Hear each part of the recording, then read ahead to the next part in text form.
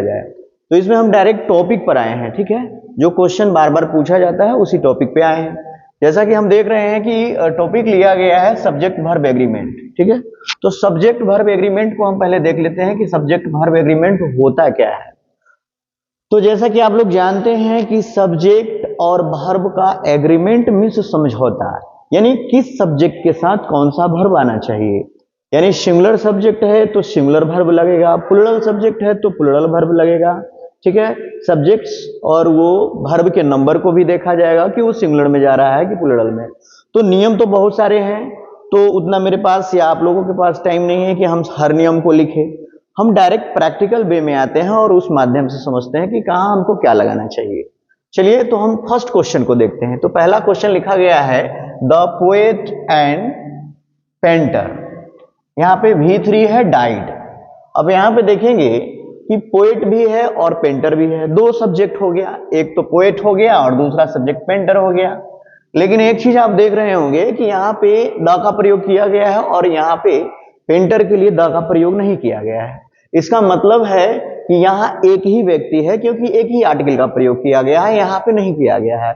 ऐसे अगर क्वेश्चन आते हैं कि एंड से अगर दो सब्जेक्ट जुड़ता है और उससे पहले एक के लिए ही आर्टिकल का प्रयोग किया जाता है, दैट मीन्स हुआ कि एक ही सब्जेक्ट है, दोनों एक ही आदमी है। जब दोनों एक ही आदमी है तो हमको अब सिंगुलर वर्ब लेना पड़ेगा, क्योंकि सब्जेक्ट सिंगुलर तो वर्ब सिंगुलर। देखिए इसमें हैज जो होता है वो सिंगुलर में आ जाता है, हैव जो होता है जनरली आई के साथ भी लगता है और जनरली जो भी प्लूरल सब्जेक्ट है उसके साथ लगता है।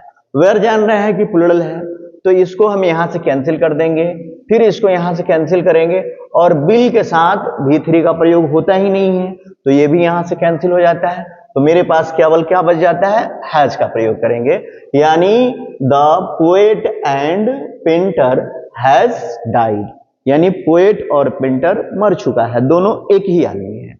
नेक्स्ट क्वेश्चन पढ़ाएंगे। ये सारा क्वेश्चन जो है किसी न किसी एग्जाम में पूछा ही गया है, बहुत इंपॉर्टेंट क्वेश्चन है। तो चलते हैं हम दूसरे क्वेश्चन पे बात करेंगे। 6 माइल्स, यहाँ पे लिखा हुआ है नॉट अ लॉन्ग डिस्टेंस। अब देखिए यहाँ पे 6 तो प्लूरल है, लेकिन बात कहाँ हो रहा है इसको हम देखेंगे। यहाँ डिस्टेंस की बात हो रही है, ये लंबी दूरी नहीं है, ए लॉन्ग डिस्टेंस। यहाँ पे देखेंगे ये लंबी दूरी नहीं है, यहाँ प्लूरल की बात नहीं हो रहा है, यानी 6 किलोमीटर हो या 6 माइल्स हो, वो लंबी दूरी नहीं है। मीन्स हम दूरी की बात कर रहे हैं।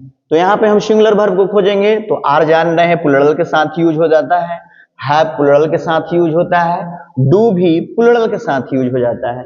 अब हमारे पास बच गया है केवल सिंगुलर वर्ब के रूप में इज बच गया है। तो यहाँ पे हम 6 miles is not a long distance, ठीक है, समझ रहे होंगे आप लोग।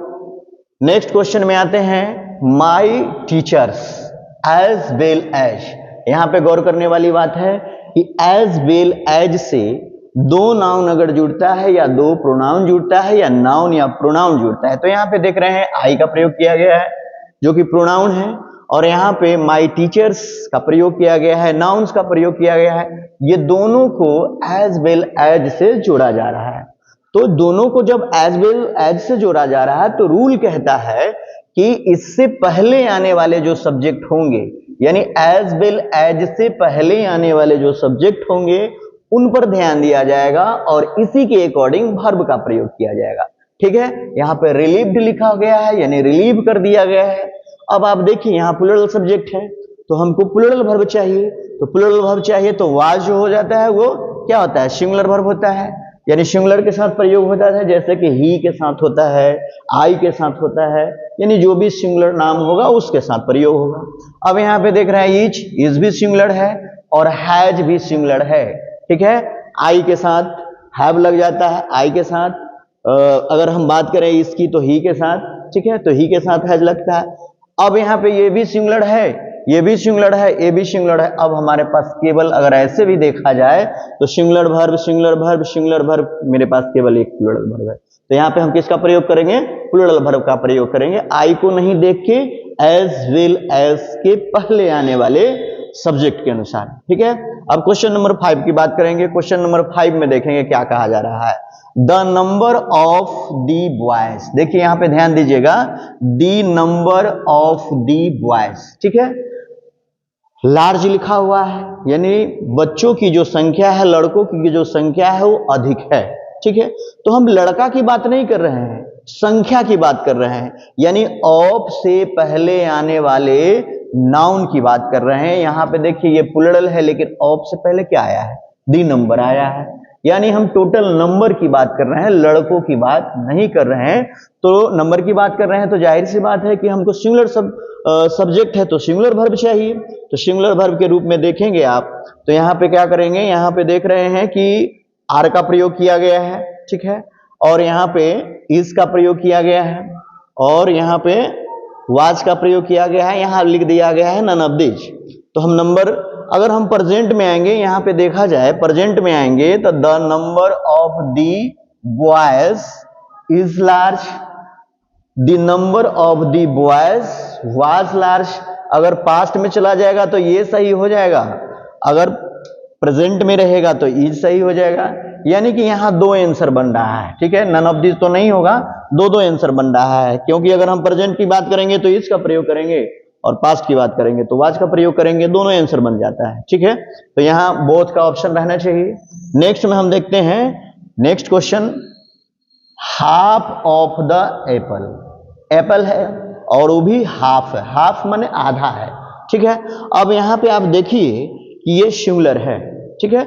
जब सिंगुलर है तो एक ही एप्पल होगा, और एक एप्पल का आधा भाग, हाफ मीन्स आधा, तो एप्पल एक ही है और उसका आधा भाग जो है वो खा लिया गया है, तो उसका आधा भाग खा लिया गया है, तो सिंगुलर सब्जेक्ट के लिए सिंगुलर वर्ब चाहिए। तो यहाँ पे देख रहे हैं आर प्लूरल के साथ आता है, वेयर प्लूरल के साथ आता है, नन ऑफ दीज का अभी बात नहीं करेंगे क्योंकि हमारे पास इज का ऑप्शन है, तो इज का प्रयोग कर दिया जाएगा, ठीक है। यानी कि एक सेब का आधा भाग को खा लिया गया है, ठीक है।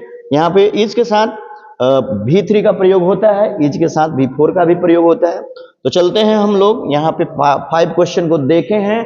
नेक्स्ट इधर है, इधर वाले क्वेश्चन को 6 नंबर से देखेंगे। तो 6 नंबर को देखेंगे, देखिए ये आपको बार बार आने वाला क्वेश्चन है, मैथमेटिक्स के आता है और फिजिक्स करके आता है, क्योंकि आप लोग देखेंगे कि इसके स्पेलिंग में अंत में एस लगा हुआ है, तो बहुत बच्चा यहाँ पे कंफ्यूज हो जाता है, जो एस लगा हुआ है इसका मतलब क्या है, प्लूरल हो सकता है, लेकिन कोई भी सब्जेक्ट प्लूरल नहीं होता है, चाहे वो मैथ हो, हिंदी हो, सिविक्स हो, इकोनॉमिक्स हो, कोई भी सब्जेक्ट हो वो सिंगुलर ही होता है। तो यहाँ पे देखिए एस लगा हुआ है, इससे भटकना नहीं है, यहाँ हम समझेंगे कि मैथमेटिक्स, और यहाँ पे देखा लिखा हुआ ए टफ सब्जेक्ट ए है, ऐसे भी आप यहाँ से भी रिकॉग्नाइज कर सकते हैं कि ए लिखा हुआ है मतलब सिंगुलर है, ठीक है। तो अब हमारा वो देखेंगे कि हम किसको चूज करें, ठीक है। तो सिंगुलर है तो सिंगुलर वर्ब चाहिए, तो प्लूरल में तो पहले ही हम हटा देंगे, नहीं आर को कैंसिल कर दिए। अब हमारे पास आ रहा है वाज और इज, अब यहाँ केस बन रहा है कि दोनों सिंगुलर है, तो क्या दोनों लग सकता है, तो हम देखेंगे यहाँ पे मैथमेटिक्स को कहा है कि ये टफ सब्जेक्ट है, था नहीं बोला जा सकता है, क्योंकि सब दिन से है, सब्जेक्ट के बारे में हम ये नहीं बोल सकते हैं कि पहले टफ था अब आसान हो गया है, तो ये प्रेजेंट के साथ जाएगा, इसलिए ये कैंसिल हो जाएगा और इज सही हो जाएगा, ठीक है। नेक्स्ट क्वेश्चन को देखेंगे, the hands of the clock, यानी क्लॉक मीन्स घड़ी का जो सुई होती है, घड़ी की जो सुई होती है उसको हैंड्स लिखते हैं, ठीक है। अब बात कहां पे चल रहा है, सब्जेक्ट कौन होगा उसको देख रहे हैं, यानी हम क्लॉक की बात कर रहे हैं कि उसकी सुइयों की बात कर रहे हैं, दी हैंड्स ऑफ दी क्लॉक्स, तो क्लॉक्स की बात नहीं की जा रही है, मूविंग कौन कर रहा है, मूव कौन कर रहा है, क्लॉक तो जहां वही है, मूव तो कर रहा है उसके जो हैंड्स है वो मूव कर रहा है, ठीक है। तो सब्जेक्ट यहाँ है तो इसके अकॉर्डिंग वर्ब आना चाहिए, और ऐसे भी आप देखेंगे तो ऑफ से जब दो नाउन जुड़ता है तो पहले वाले नाउन के अनुसार सब्जेक्ट के अनुसार वर्ब का प्रयोग किया जाता है। तो फिर यहाँ हम देखेंगे तो हैज का प्रयोग किया गया है, हैव का प्रयोग किया गया है, इज का प्रयोग किया गया है, और यहाँ पे आर का प्रयोग किया गया है। ऐसे अगर थोड़ा ग्रामर का नॉलेज होगा तो आप लोग जानते होंगे कि हैज और हैव के साथ V4 यानी ING कभी नहीं आ सकता है, तो ऐसे भी नहीं आ सकता है, तो इसको कैंसिल कर देंगे, यानी हैज हैव के बाद V3 ही आएगा, चाहे वो एक्टिव हो या पैसिव हो। तो ये दोनों तो ऐसे ही कैंसिल हो गया। अब हमारे पास दो ऑप्शन है, इज और आर, ठीक है। तो हमारा सब्जेक्ट तो प्लूरल है, हैंड्स है, तो इज कैंसिल होगा और आर का प्रयोग हो जाएगा। ठीक है, अब हम नेक्स्ट क्वेश्चन में आते हैं, क्वेश्चन नंबर 8। क्वेश्चन नंबर 8 को देखेंगे, कहा गया है नन ऑफ अस। अस यानी हम लोगों में से कोई नहीं, नन ऑफ अस हम लोगों में से कोई नहीं, और यहाँ पे फूड लिखा हुआ है। ठीक है, तो इसके अगर मीनिंग को देखेंगे तो ये कहना चाह रहा है कि हम लोगों में से किसी के पास भोजन नहीं है। ठीक है, तो नहीं है तो इज का प्रयोग तो नहीं हो सकता है, नहीं है तो आर का प्रयोग नहीं हो सकता है। जैसे आप लोग बोलते हैं ना कि आई हैव अ पेन, ठीक है, उसी तरह से आई इज अ पेन तो हो नहीं सकता है, ही इज अ पेन तो हो नहीं सकता है। ठीक है, तो यहाँ ये मीनिंगलेस बनेगा, ये भी मीनिंगलेस बनेगा, और बात रह गया कि यहाँ पे हैज और हैव में से किसको सेलेक्ट किया जाए। तो देखेंगे कि नन ऑफ अस मतलब कोई नहीं, कोई नहीं मीन्स क्या है, कोई नहीं है, यानी कि ये सिंगुलर में चला जाएगा, तो क्या हो जाना चाहिए, हैज का प्रयोग हो जाना चाहिए, हैव नहीं होना चाहिए। ठीक है, अब हम क्वेश्चन नंबर 9 पे आएंगे। ये सारा का सारा क्वेश्चन बहुत ही इंपॉर्टेंट है, हर एग्जाम में पूछा जाता है, आप लोग देखेंगे बार बार ये रिपीटेड क्वेश्चन है। ठीक है, और आपके डीएलएड में भी अगर सब्जेक्ट वर्ब एग्रीमेंट को टच किया जाता है, आना ही है, तो इससे ही आएगा क्वेश्चन। ठीक है, आगे देखते हैं, राइस एंड करी, ये भी बहुत कंफ्यूजिंग करता है लोगों को, कंफ्यूजिंग क्वेश्चन है।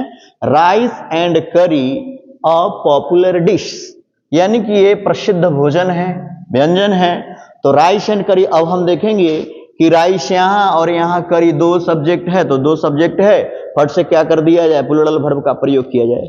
अगर आप लॉजिकली देखेंगे तो आर प्लूरल होता है, वेयर प्लूरल के साथ जाता है, हैव भी जनरली प्लूरल के साथ जाता है, तो आपके पास तो ऐसे भी इज एक ऑप्शन बच जाता है। अगर उस दृष्टिकोण से नहीं देखते हैं तो राइस और करी को एक साथ मिला के खाया जाता है, एक साथ यूज होता है, इसीलिए सिंगुलर वर्ब का प्रयोग होगा, कोई भी प्लूरल वर्ब नहीं आएगा इसके साथ। ठीक है, अब हम नेक्स्ट में बात करेंगे, क्वेश्चन नंबर 10, लास्ट क्वेश्चन है, क्वेश्चन नंबर 10। इसमें देख रहे हैं कि लिखा हुआ है आई विश, यानी मेरी इच्छा है, इसकी इच्छा क्या है, तो इट, और यहाँ पे लिखा है पॉसिबल, संभव हो जाए। ठीक है, तो कभी भी व्यक्ति कोई इच्छा जताता है और इच्छा पूरा हुआ कि नहीं हुआ, होगा कि नहीं होगा, इसकी गारंटी नहीं है, तो ये हमेशा जनरली देखा जाएगा कि ये वेयर का प्रयोग होता है इसके साथ, एकदम कॉमन है, यानी कुछ सोचना ही नहीं है। आई विश जब भी आएगा तो हम वेयर का प्रयोग करेंगे, यानी कि वास भी नहीं चलेगा, इज भी नहीं चलेगा। ठीक है, वेयर का प्रयोग करेंगे। तो हम आशा करते हैं कि आप लोग कुछ न कुछ इसमें सीखे होंगे, क्योंकि ये बहुत ही इंपॉर्टेंट टॉपिक है और इससे हर एग्जाम में क्वेश्चन आता है, हमने बार बार कहा है। तो इस तरह से ही हम कोशिश करेंगे कि आपको डायरेक्ट प्रैक्टिकली वे में समझाया जाए, न कि उसका जो रूल्स है उसको लिखाया जाए, क्योंकि रूल तो किताब में अच्छा ढंग से लिखा ही हुआ है, और अगर हम डायरेक्ट इसके पूरे ऑप्शनल वे पे बात करेंगे तो आसानी से समझ में आएगा। ठीक है, दैट्स ऑल।